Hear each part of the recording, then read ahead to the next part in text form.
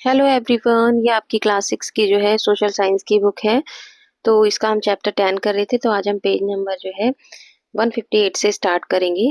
Doctor APJ Abdul कलाम के बारे में इससे पहले का मैं आपको कंप्लीट करा चुकी हूँ, तो चलिए स्टार्ट कर लेते हैं ज़्यादा देर ना करते हुए।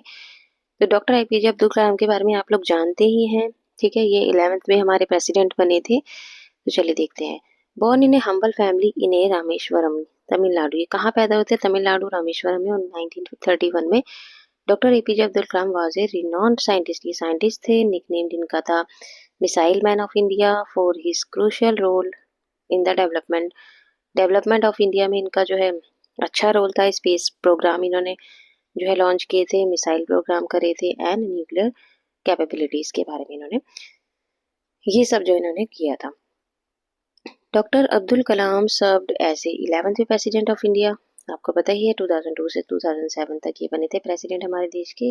Despite his high status he remain deeply connected to the people. ये लोगों से डीपली कनेक्टेड थे, and the youth in particular, और यूथ से जो है कनेक्ट थे through his passion for good education and innovation. इनका जो है एजुकेशन में जो है पैशन था इनको बहुत ज़्यादा। He inspired millions with his humanity, dedication in social cause and commitment to the nation. और इन्होंने जो है बहुत सारे मिलियन ही लोगों से जो ह्यूमैनिटी से जो है ये बहुत ज़्यादा इंस्पायर हुए थे। डेडिकेशन दी थी, सोशल कॉज दिए थे, कमिटमेंट टू नेशन की तरफ से कमिटमेंट की थी। He tirelessly encourage young Indians to dream. इन्होंने जो है यंग इंडियंस को जो है एनकरेज किया था उतनी ड्रीम ड्रीम को पूरा करने के लिए। Big and work hard to achieve their goals, और अपने गोल्स को प्राप्त करने के लिए जो है वर्क हार्ड करने के लिए इन्होंने यंग इंडियंस को एनकरेज किया था।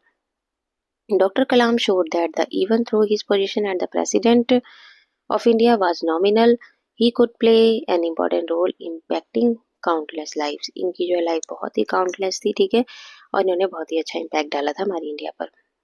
तो चलिए अभी देखते हैं इनके जो है कुछ थॉट्स दिए गए हैं, तो इन्हें पढ़ लेते हैं। बहुत ही अच्छे अच्छे थॉट्स हैं इनके। तो फर्स्ट थॉट है इनका, look at the sky. Sky पे देखो, आसमान में देखो। वी आर नॉट अलोन, आप अकेले नहीं हो। The whole universe is friendly to us. आपका ये जो इतना पूरा बड़ा यूनिवर्स है आपका फ्रेंड है। And conspire only to give the best to those who dreams and work. और ये जो है conspire only to give the best, अगर आप अपने बेस्ट देंगे तो आपके ड्रीम जो है जरूर पूरे होंगे और आपके काम भी अच्छे से होंगे। तो ये इनके थॉट्स थे। अब यहाँ पर लिखा है कि to succeed in your mission. अगर आपको मिशन पर सक्सीड होना है या आपके जो अपने ख्वाबों को पूरा करना है, अपने ड्रीम्स को पूरा करना है, तो you must have single minded devotion to your goal. तो आपको सिंगल माइंडेड नहीं होना, अपने गोल्स की तरफ जो है आपको जाना है। अगर आपको जो है अपने मिशन को कंप्लीट करना है, तो अपने आपको जो है आपको अपने जो है गोल पर आपको ध्यान रखना है, ठीक है, कि आपको अपना गोल क्या है आपका, वो आपको पूरा कैसे करना है, आपको उस पर जो है फोकस रखना है। इफ़ यू फेल, अगर आप फेल हो जाते हैं, नेवर गिव अप, आपको गिव अप नहीं करना। बिकॉज फेल का मीनिंग क्या होता है इनके हिसाब से? फर्स्ट अटेम्प्ट इन लर्निंग, ठीक है, ये फेल का मीनिंग होता है। And is not the end. And का मतलब एंड नहीं है कि आपका एंड ही हो गया। एंड का मतलब क्या होता है? मीन्स एफर्ट्स नेवर डाइज, कि कभी भी एफर्ट जो है खत्म नहीं होता। If you get no, no as an answer, अगर आप जो है नो देते हैं आंसर में, तो इसका मतलब ये नहीं होता। नो का मतलब क्या होता है? नो का मतलब नो नहीं है, नहीं नहीं है। नो का मतलब है नेक्स्ट अपॉर्चुनिटी, कि आपको नेक्स्ट अपॉर्चुनिटी देगी। सो लेट्स बी पॉजिटिव, इसलिए हमेशा जो है पॉजिटिव रहे। Dreams is not that which you see while sleeping. Dream वो नहीं होता कि आप जो सोते समय आपने जो देख लिया वो आपका ड्रीम है। It is something that does not let you sleep. ये वो चीज़ है जो कि हमें सपने, जिसके लिए हम जो है अपना गोल बनाते हैं, हम अपने सपने देखते हैं। जो भी हमारे सपने हैं उनको हम नींद में नहीं देखते। हमें अपने सपने ऐसे बनाने चाहिए जो हमारी लाइफ टाइम बने रहे। हमें ऐसे सपने देखने हैं, ठीक है, हमें अपनी लाइफ में ऐसे सपने देखने हैं कि जो हमें आगे तक लेके जाएंगे। ऐसे सपने नहीं देखने की जो रात में देखे और सुबह हम उसे भूल गए। हमें इस तरीके के सपने देखे हैं जो हमारे सपनों को पूरा करे और हमें वहां तक लेकर जाए, ठीक है, इस तरीके से हमें सपनों को देखना है। If four things are followed, having a great aim, acquiring knowledge, hard work and perseverance, then anything can be achieved। अगर आपके पास चार चीजें हैं, जैसे कि आपका एम है, नॉलेज है, और हार्ड वर्क है, और प्रिजर्वेरेंस है, आपके पास ये चारों चीजें हैं, तो आपको जो है अचीवमेंट जरूर मिलेगी लाइफ में, अगर आपके पास ये चारों चीजें हैं।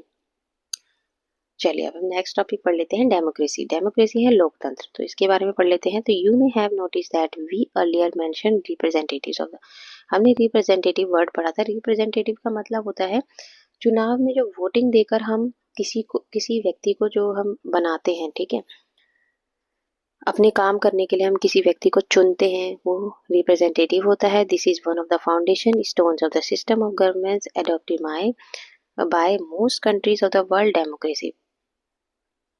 इसमें एक one of the foundation system होता है गवर्नेंस को चुनने का, ठीक है, तो इसको हम कहते हैं democracy. The word democracy comes from two Greek word, दो ग्रीक वर्ड्स आता है। डेमोस का मतलब होता है पीपल एंड कराटोस का मीनिंग होता है रूल और पावर, मतलब हमारे पास पावर होती है किसी व्यक्ति को चुनने की, ठीक है। So democracy literally means the rule of the people. Democracy वो होता है जो लोगों के द्वारा बनाए गए रूल होते हैं, वो होता है डेमोक्रेसी। क्योंकि हम जो है किसी व्यक्ति को चुनते हैं, हम लोग चुनते हैं, हमारे द्वारा बनाया जाता है, ठीक है। लोकतंत्र किसके द्वारा बनाया जाता है? लोगों के द्वारा चुने गए, लोगों के द्वारा चुना गया जो व्यक्ति चुना जाता है वो लोगों का तंत्र होता है, ठीक है, वो हमारी पावर होती है। But can all people actually rule? It is clearly not possible, ये पता नहीं है, पॉसिबल नहीं है। Imagine there is a problem that your class wants to bring to the attention of your school. अब देखिए इस बात को समझते हैं कि अगर मान लो आपकी क्लास में कोई प्रॉब्लम आ गई है, ठीक है, तो इसका मतलब ये नहीं है कि सारे बच्चे प्रिंसिपल के रूम में पहुंच जाएंगे कोई भी प्रॉब्लम आई तो। Maybe there is something wrong with the classroom, ये तो गलत होगा ना क्लासरूम के लिए। विद द स्कूल्स इंफ्रास्ट्रक्चर, अगर कुछ भी गलत होता है क्लासरूम में तो। और perhaps you would like to propose a certain date of a field trip, will the entire class go to the principal. अगर कोई भी प्रॉब्लम आती है क्लास में, कुछ भी गलत होता है या कोई भी चीज खराब हो जाती है, तो उसके लिए ये थोड़ी ना है कि सारी क्लास जो है प्रिंसिपल के पास पहुंच जाएगी। If would clearly not be practical, in many schools classes have a class monitor and class representative. तो उसके लिए क्या चुना जाता है? एक क्लास मॉनिटर को चुना जाता है, यानी कि क्लास रिप्रेजेंटेटिव होता है, whom the all class elected, जिसको सारी क्लास जो है चुनती है ना। मॉनिटर कौन बनाता है? सारी क्लास मिलकर बनाती है मॉनिटर की, मुझे तो ये पसंद है तो इसको मॉनिटर बनाओ। Even if there is none, one representative can be selected, ठीक है। अगर even there is none, one representative can be selected for this specific purpose. अगर कोई भी नहीं है मॉनिटर, आपकी क्लास में कोई भी नहीं बना है, तो if will be enough to send the representative to the principal.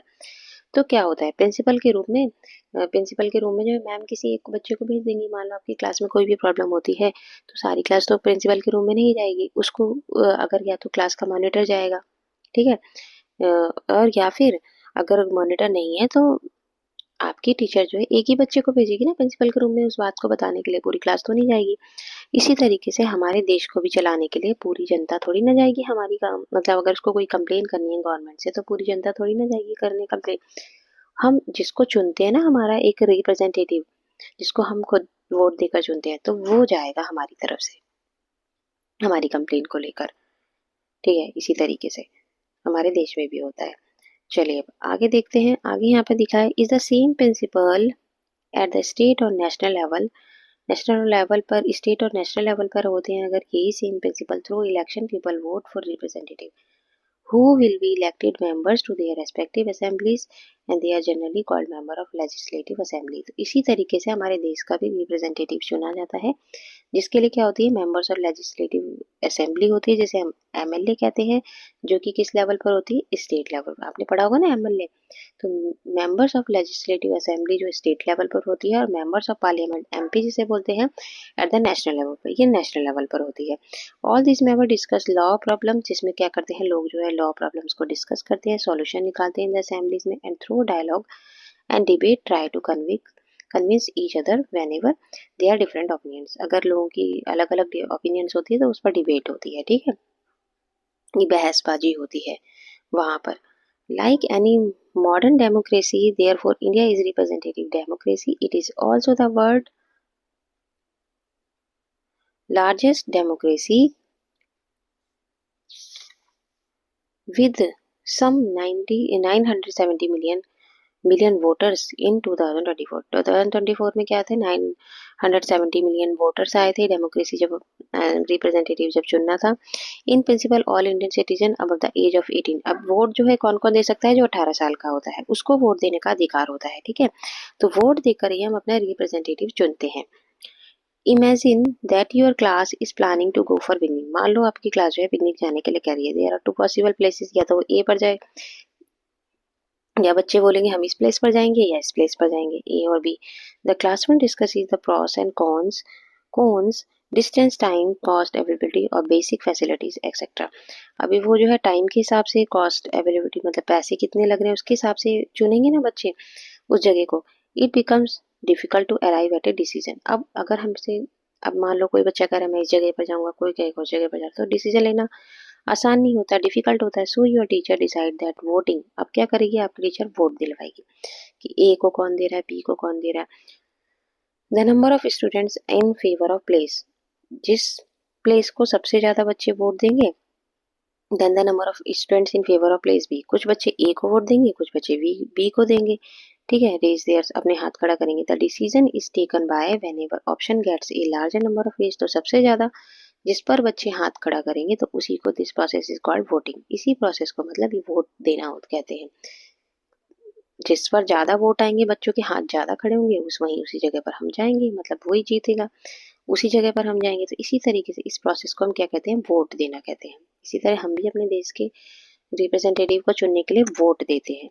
ठीक है, this is case of direct democracy where every students opinion was taken to finish the place. ठीक है, इसी तरीके से हम अपने रिप्रेजेंटेटिव को चुनते हैं। हम जिसको जिसको सबसे ज्यादा वोट मिलते हैं वो हमारे रिप्रेजेंटेटिव बन जाता है। The term grass roots democracy refer, जो कि ये पहला वर्ड हमने पढ़ा था चैप्टर में, ग्रास रूट डेमोक्रेसी, जो कि आपके चैप्टर का नाम भी है, refers to a system that enables and encourages the participate, ठीक है, participation of ordinary citizen. The based of pyramid we see in figure 10.4 on page number 155 पे आप देख सकते हैं। In such a system the citizen can have a say in decision which affect them, जिसको affect करता है। ठीक है, ये सब हम डिसीजंस लेते हैं। We will study more features of Indian democracy in the next 2 chapter. अब अगले 2 चैप्टर भी आपके इसी पर है, इंडियन डेमोक्रेसी पे, उसको हम आगे पढ़ेंगे इसके बारे में, ऑल्सो इन लेटर ग्रेड्स। और बाकी जो भी कुछ पढ़ेंगे हम अगले ग्रेड्स में पढ़ेंगे, इनकी 7th क्लास में पढ़ेंगे। चलिए अभी इस चैप्टर की समरी कर लेते हैं। यहाँ पे दिया है कि no country can run without governance and governance और गवर्नमेंट के बिना जो कोई भी कंट्री नहीं चल सकती। ये मॉडर्न गवर्नमेंट के 3 ऑर्गन्स होते हैं, legislative, executive, judiciary, which need to work together. ठीक है, द इंडियन गवर्नमेंट फंक्शन करती है 3 लेवल पर, central, national, state and local. Democracy is the overall framework for this system. It function through elected representative, बहुत state and national level पर हमारा जो है रिप्रेजेंटेटिव चुना जाता है। ठीक है, तो इसी के साथ जो है आपका ये चैप्टर पूरा कंप्लीट हो चुका है। अब इसके क्वेश्चंस बचे हैं, बिग क्वेश्चंस, और जो बुक के क्वेश्चंस है वो हम नेक्स्ट वीडियो में कंप्लीट करेंगे। और अगर आपको मेरी वीडियो अच्छी लगी तो लाइक कीजिए, शेयर कीजिए, मेरे चैनल को सब्सक्राइब कीजिए। तब तक के लिए tata bye bye, take care.